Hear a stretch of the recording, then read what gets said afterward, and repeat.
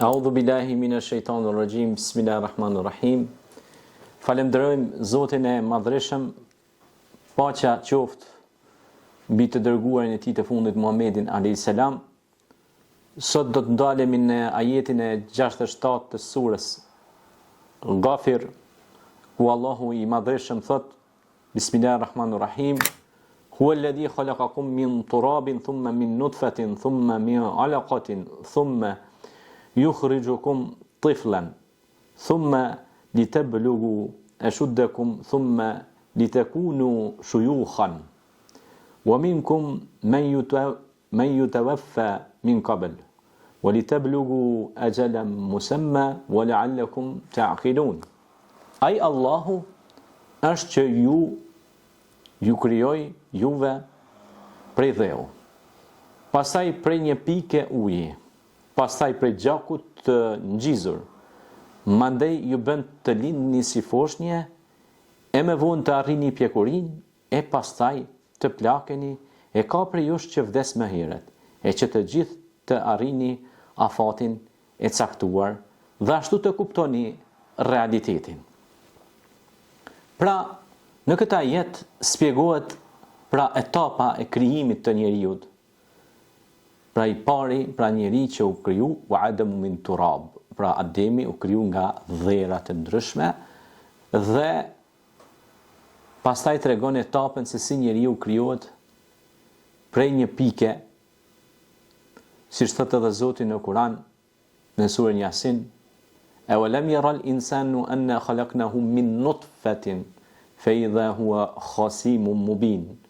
A nuk e ka pa njeriu se është kriju për një pike të vogël, e ai u bë kundërshtar vetëm se i vetvetes së tij. Etapa krijimit të njeriut është një etapë që na shtin të mendojmë më shumë dhe ta kuptojmë se cili është qëllimi i ardhjes tonë në këtë botë. Prej kahvim, ku do shkojmë dhe nga do shkojmë. Pyetje që vazhdimisht ne ja bëjmë vetes son, që ata ulil albab të zotët e mendjes vazhdimisht pra fiqirojnë ose vazhdimisht bëjnë përpjekje për ta kuptuar realitetin e krijimit të tyre, pse ata u krijuan dhe cili është qëllimi i ardhjes në këtë botë. Ndaj ky ajet kuranor, në surën Ghafir, ajeti 67 me radhë, na tregon se si u kriju njeriu dhe si lindi si foshnje, e më pas bëhet shuyukh, bëhet plak, ose plak, i vjen pleqëria. Pra, nga i fuqishëm, pra një shpërthim i fuqishëm, pra vlugu i rinis, pra forca rinore, fuqia rinore, fillon pra nga bebe pa mbrojtur, që s'është e aftë ngritet në kam, po duhet ndihmoj nana baba që ti të forcohesh, pastaj të mësoj me fol e me kërku, e kështu me radhë, pra ti forcohesh, bësh i fuqishëm. Pastaj përsëri rikthehesh, pra dobësohesh dhe kthimi është pra tek Zoti.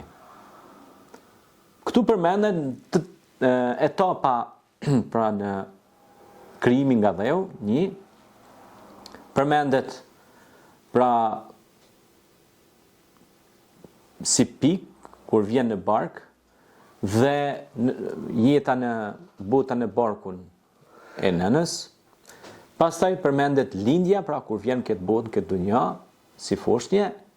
Përmendet pastaj faza e pjekurisë ose adultërisë, rritjes. Dhe përmendet faza finale që është pra pas pjekurisë është plakja. Dhe thot ka prej jush që vdesin më heret. Mirë po që të gjithë thot do të arrini afatin e saktuar dhe ashtu të kuptoni realitetin. Pra realiteti është pse ke ardhur këtë botë, dhe ta kuptoni që realiteti është që do të kaloni nga kjo botë një ditë dhe inna lillahi wa inna ilaihi rajiun, pra ne jemi të Zotit e tek Zoti kena më u kthy të gjithë ne pa përjashtim. Prandaj nëse dalim i analizojmë këtë ajet kuranor, ka shumë mesazhe të mëdha kjo ajet kuranor, që për secilin mesazh do të banim një temë të caktuar. Për shembull, tema për pjekurinë, faza e pjekurisë. Siç e thot rasti tek Yusufi alayhis salam, kur arriti pjekurinë, pra ai e kuptoi realitetin. Pra shumë njerëz nuk e kuptojnë realitetin derisa nuk arrin moshën madhore të pjeken dhe të kuptojnë gjërat ashtu siç janë. Realitetin e gjërave. Pra shpesh thon ai është i papjekun, hala nuk i, nuk i kupton gjërat, hala mendon si fëmijë. Pra është i papjekur.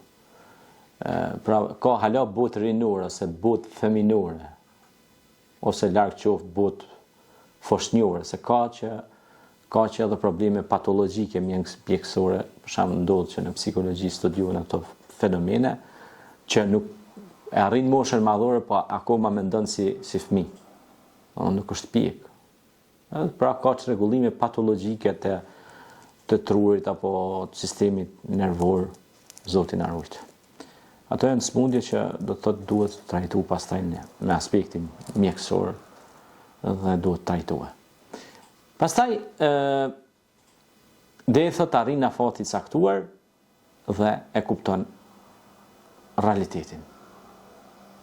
Prandaj realiteti çdo besimtar është ta kuptoj se është krijuar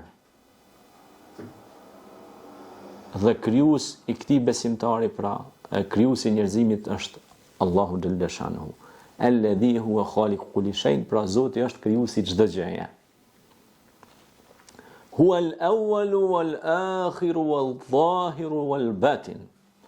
Pra ai është i pari që s'ka fillim dhe i fundit që s'ka mbarim. Ai është pra krijuesi i gjithësisë. Prandaj ky krijues na tregon përmes fjalës së tij të bukur, Kuranit famlar, që të mos bëhemi arrogant dhe të pasjellshëm dhe të paedukat. Po të jemi modest dhe të thjesht, sepse na tregon se kush jemi ne, subhanallahu al-azim, fiks në ajetin 67 të surën Ghafir, merrni Kuranat, kapni, shikoni edhe në gjuhën shqipe, lexoni me vëmendje këtë ajet dhe do ta shihni se këtu shihet komplet krijimtaria juaj vetëm në një ajet kuranor e ka zbërthyr, pra krijuesi ynë na ka tregu me një ajet kuranor, pra na ka treguar realitetin se kush jemi ne si njerëz. Subhanallah. Pra këtu vetëm pak mund dal edhe me mendue. Atër nëse ne ndalemi këtu mendojmë, atër edhe e kuptojmë. E kuptojmë realitetin e ardhjes tonë këtë botë, e kuptojmë realitetin pse jemi krijuar, e kuptojmë realitetin e botës tjetër, e kuptojmë realitetin e veprimit dhe bashkëveprimit me njerëzit e tjerë, dhe e kuptojmë çka është e vërteta. Prandaj kërkoni të vërtetën dhe do ta gjeni. Trokitni dhe do t'ju hapet. Prandaj këmbgulja është çelësi i suksesit. Selam aleikum.